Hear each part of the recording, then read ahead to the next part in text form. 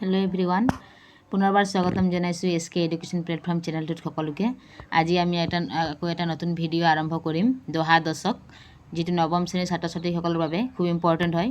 পৰীক্ষাত আহি থাকে, ইয়াৰ পৰাই আহিব। আপোনালোকে ধুনীয়াকৈ মুখস্থ কৰিব। ভিডিঅ'টো স্কিপ নকৰাকৈ শেষৰলৈকে চাব আৰু মোৰ চেনেলত নতুন থকাকৈ যেনে ছাবস্ক্ৰাইব কৰিব, যাতে তেওঁলোকে এনেধৰণৰ ইম্পৰ্টেঞ্চ ভিডিঅ'খিনি পায়।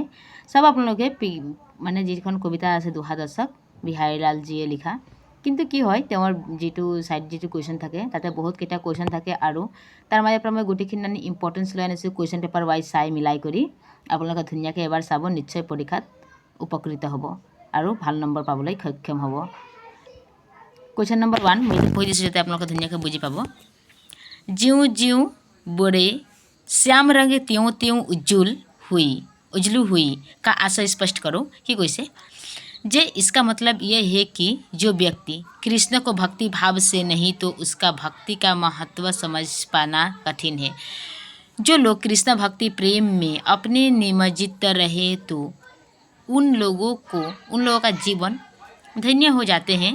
अर्थात भक्ति में गहरी भाव से प्रेम निवेदन करने से अपने जीवन सार्थक हो जाता है।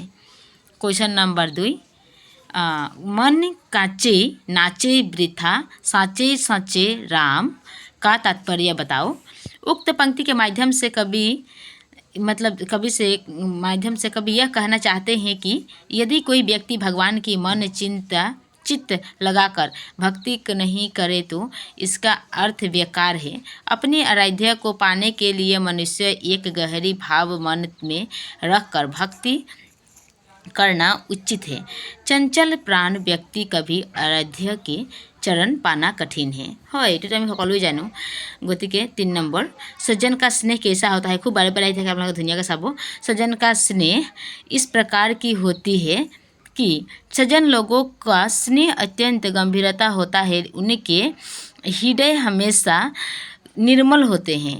किसी को बुरा आँखों से नहीं दिखती है।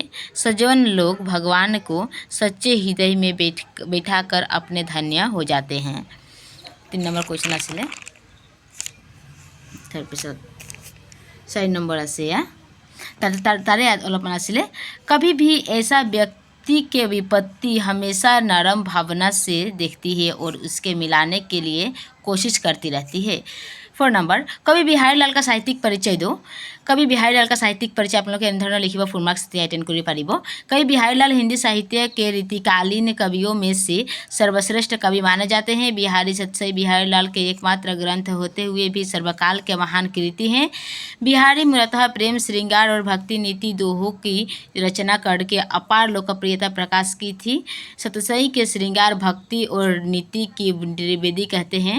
बिहारी ने महान नर हरिदास से संस्कृत और प्रकृति के प्रसिद्ध काव्य ग्रंथों के अध्ययन का अवसर प्राप्त हुआ था।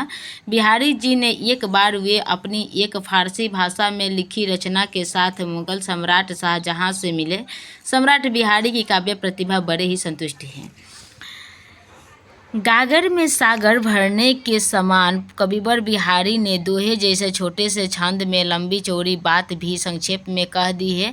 सरस, सुमधुर और प्रौढ़ ब्रजभाषा में रचित ये दोहे काव्य रसिकों पर गहरा प्रभाव छोड़ते हैं।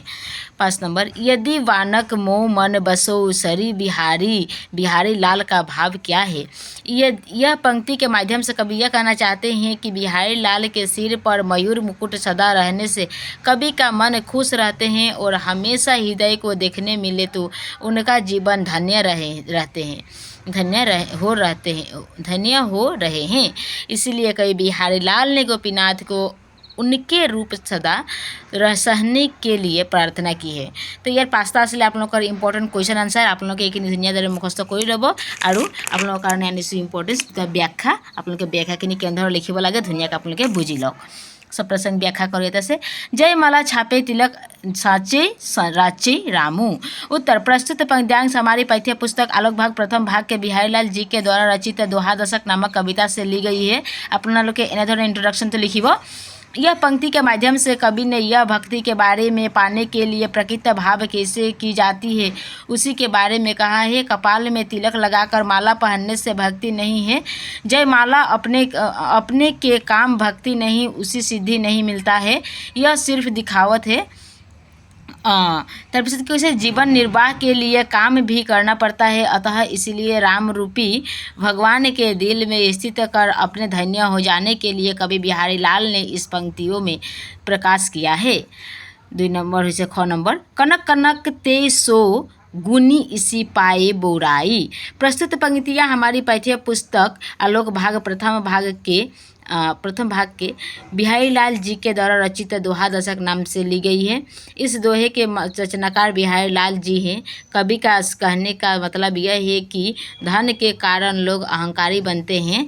जितने ही धन बढ़ता है मतलब उतना ही लोग घमंडी होता है। ऐसे लोग भगवान से विमुख हो जाते हैं।